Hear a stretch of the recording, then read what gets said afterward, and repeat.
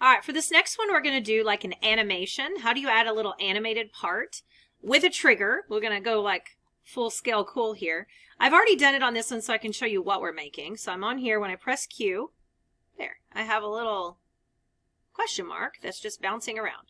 So let's show you how I did that. I'm going to go back to Illustrator first off, and I created, basically, I drew a question mark, right?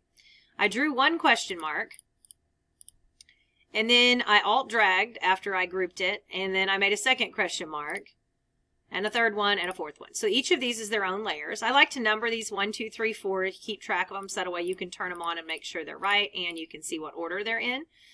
Then you have to remember that if you're going to assign this cycle behavior, it needs to be inside of one of your layers. So I can't leave it outside like I did my flower.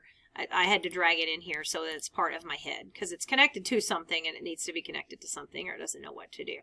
All right, so I've got that in here. I'm just going to turn off that so you can't see it and then come into Character Animator. Now, I will go ahead and remove this stuff that I've already done. So let me delete this. And also in my rig, I will delete my behavior that I've added here.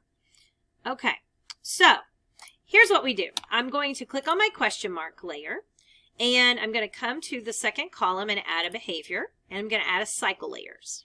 Okay, and then you scroll over to the right to the bottom. I'm going to tell it to start when triggered, so I'll make a trigger for it in a minute.